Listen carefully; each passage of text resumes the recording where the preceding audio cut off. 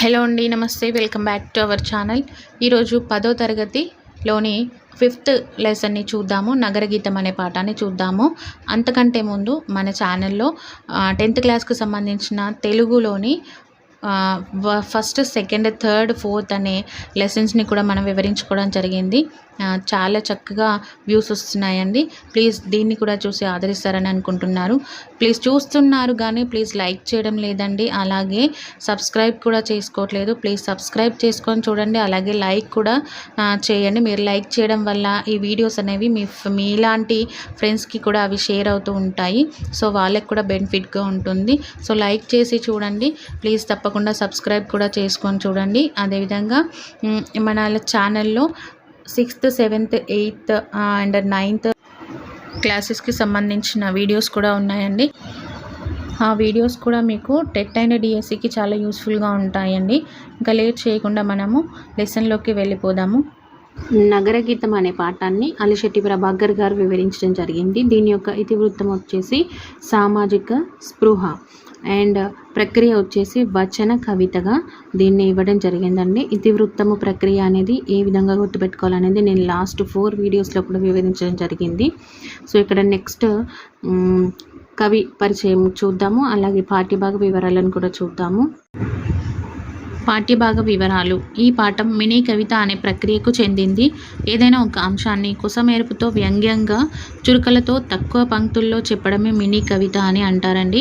అలిశెట్టి ప్రభాకర్ కవిత అనే గ్రంథంలోని city life అనే మినీ కవితలలో కొన్నింటిని నగర గీతంగా కూర్చడం అనేది జరిగింది.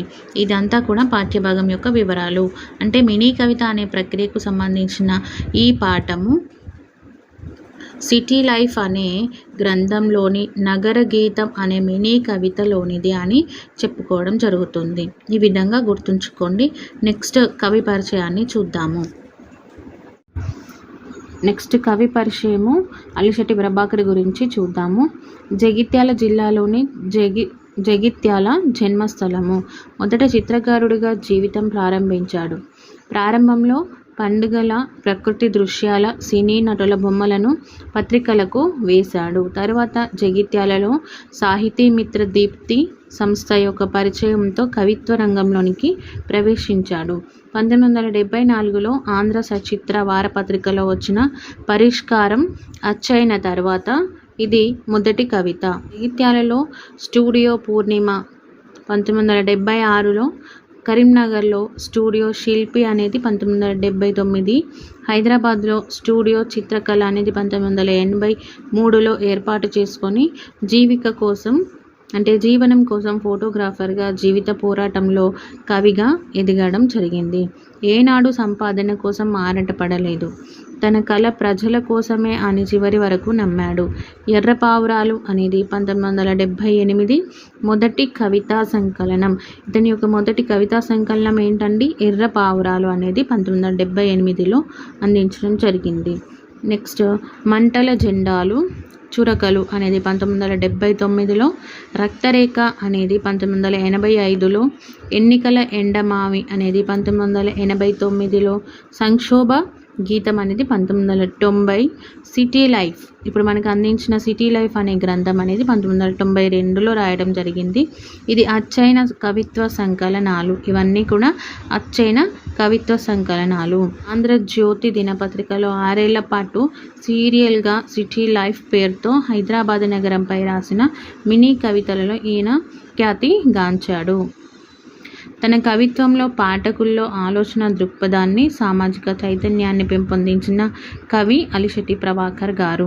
ఈ కథ యొక్క ఈ పాఠం యొక్క ఇతివృత్తం కూడా సామాజిక చైతన్యాన్ని పెంపొందించడం అండి. నెక్స్ట్ ఇక్కడ భాషాంశాలు చూద్దాము. భాషాంశాలలో పద్యజాలం అనేది ఫస్ట్ బిట్. క్రింది పదాలకు అర్థాలను రాయండి. నగార అంటే పెద్ద డంక అని అర్థం. సందడి అంటే జనసమూహ ధ్వని అని అర్థం. ఘోష అంటే పెద్ద శబ్దం. పఠనీయ గ్రంథం అంటే చదవదగిన పుస్తకం అని అర్థం. పఠనీయ గ్రంథం అంటే చదవదగిన పుస్తకం. నెక్స్ట్ మళ్ళీ ఒకసారి చూద్దామండి. నగార అంటే పెద్ద డంక, సందడి అంటే జన సమూహ ధ్వని, ఘోష అనగా పెద్ద శబ్దం, పఠనీయ గ్రంథం అంటే చదవదగిన పుస్తకం అని అర్థం. మీరు ఏదైనా ఒక పని చేసుకుంటూ కూడా ఇయర్ ఫోన్స్ పెట్టుకొని మీరు లెసన్ విన్నట్లయితే కొంచెం అవగాహన అనేది వస్తుంది. పూర్తిగా చదవకుండా మిగిలించుకునే దానికంటే ఇయర్ ఫోన్స్ పెట్టుకొని ఏదైనా పని చేసుకుంటూ లేదా ఏదైనా పనిలో ఉన్నప్పుడు జర్నీలో ఉన్నప్పుడు కానీ వింటూ ఉంటే కొంచెం అవగాహన అనేది కలుగుతుంది. సో అందుకని నేను పదే పదే చెప్పడం జరుగుతుందండి. నెక్స్ట్ సెకండ్ బిట్, క్రింది పదాలకు పర్యాయ పదాలు రాసి వాటితో వాక్యాలను రాయండి. నరుడు అంటే మానవుడు, మర్త్యుడు అని పర్యాయ పదాలు. అరణ్యం అంటే అడవి, విపినం. రైతు అంటే హాలికుడు, కర్షకుడు. ఇవన్నీ కూడా పర్యాయ పదాలండి. పువ్వు అంటే కుసుమం, పుష్పం. మరణం అంటే చావు, మృతి అని పర్యాయ పదాలు. వాంఛ అంటే కోరిక, ఆకాంక్ష. వృక్షం అంటే తరువు, భుజము.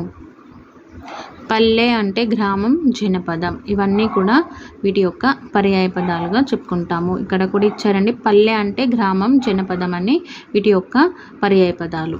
సెంటెన్స్ ఇచ్చారండి, అంటే పల్లెలే దేశానికి పట్టుకొమ్మలు అని గ్రామ స్వరాజ్యం కోసం గాంధీజీ కలలు కన్నాడు. జనపదాలను బాగు చేసుడే దేశం యొక్క సౌభాగ్యం అనుకున్నాడు. అంటే ఇక్కడ క్వశ్చన్ ఏ విధంగా రావచ్చు అంటే, పల్లెలే దేశానికి పట్టుకొమ్మలు అని గ్రామ స్వరాజ్యం కోసం ఎవరు కలలు కన్నారు అని అడగొచ్చండి. గాంధీజీ అని గుర్తుంచుకోవాలి. నెక్స్ట్ వ్యాకరణాంశాలు. క్రింది కవితా భాగాల్లోని అలంకారాన్ని గుర్తించండి. నగారా మోగిందా, నయాగరా దుమికిందా. నగారా మోగిందా, నయాగరా దుమికిందా. ఇందులోని అలంకారాన్ని గుర్తించమని అడుగుతున్నారు. ఇక్కడ అంత్యానుప్రాస అలంకారం అనేది వస్తుంది. అంత్యానుప్రాస అలంకారం గురించి లాస్ట్ వీడియోస్లో మనం వివరించుకోవడం జరిగిందండి. ఇది ఏ విధంగా వస్తుంది అని అంటే, ఇక్కడ ఇచ్చిన మనకు 2 లైన్లలో కూడా చివరిగా అంటే అంత్యంగా ఒకే పదంతో అంటే ఒకే ప్రాసతో ఇక్కడ రావడం, శబ్దం అనేది రావడం జరుగుతుంది.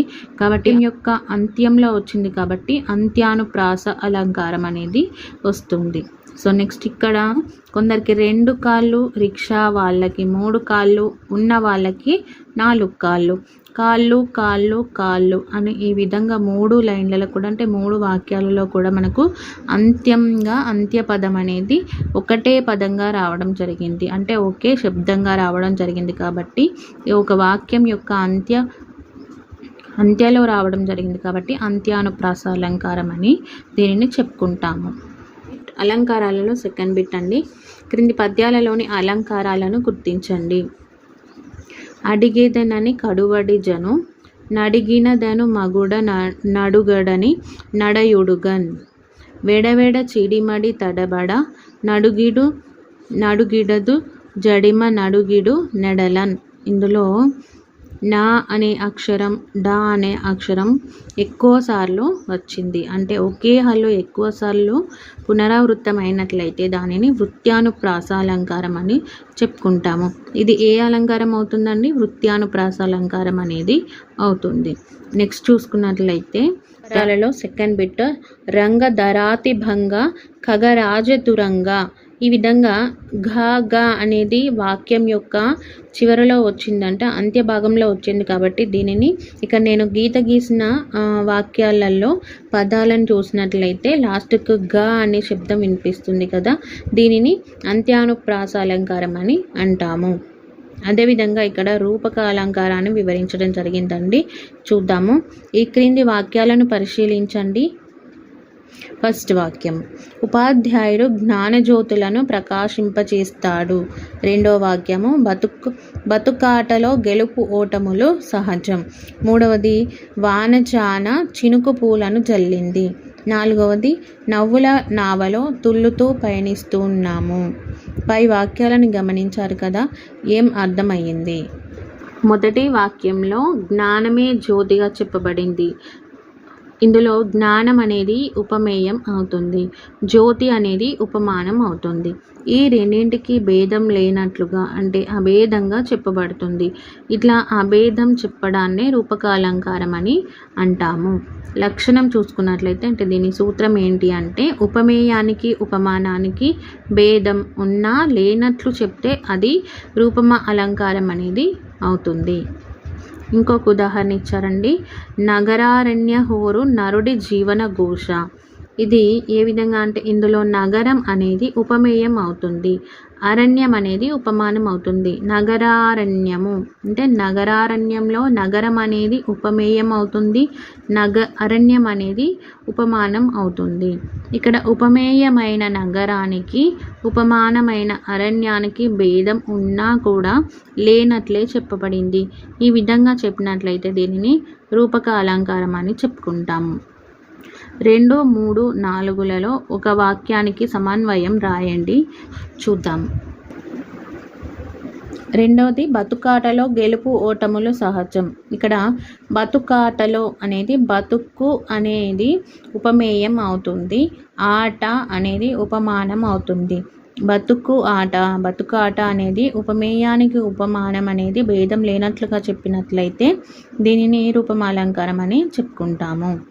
రూపక సమాసంలో బతుకాట అంటే బతుకు అనేది ఆట అనేది వస్తుంది. అక్కడ బతుకు అనేది ఆట అనేది రూపక సమాసం అవుతుంది.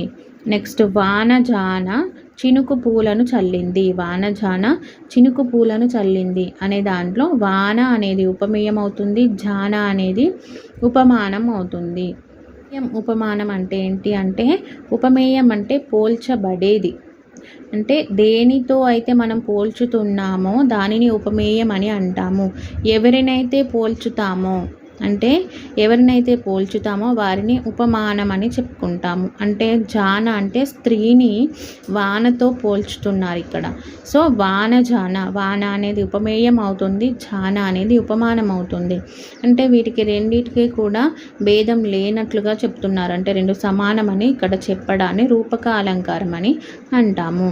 వాన అనేది జాన అనేది ఏమవుతుంది అని అంటే రూపక సమాసం అనేది చెప్పుకుంటాము. నెక్స్ట్ నవ్వుల నావ అంటే నవ్వులు అంటేనేమో ఉపమేయం అవుతుంది, నావ అంటే ఉపమానం అవుతుంది. ఇవి రెండింటికి కూడా భేదం లేనట్లుగా చెప్తున్నారు కాబట్టి ఇది రూపక అలంకారం అని అవుతుంది. ఇంతటితో ఈ లెసన్ కంప్లీట్ అయిందండి. నెక్స్ట్ వీడియోలో మరో లెసన్ని చూద్దాము. అంతకంటే ముందు మన ఛానల్లో ఉన్న వీడియోస్ అన్నింటినీ కూడా చూడండి. మీకు నచ్చినట్లయితే తప్పకుండా లైక్ చేసి సబ్స్క్రైబ్ చేసుకొని చూడండి.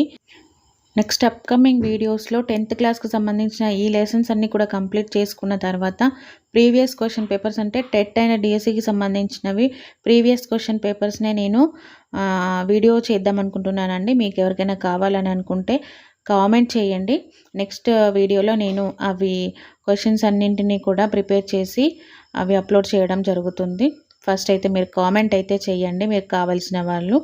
ఇంకా మన ఛానల్ని ఇంకా లైక్ చేయకుండా చూస్తున్నట్లయితే ప్లీజ్ లైక్ చేయండి, అదేవిధంగా సబ్స్క్రైబ్ చేసుకోండి, మీ ఫ్రెండ్స్కి రిలేటివ్స్కి షేర్ చేయండి. బాయ్.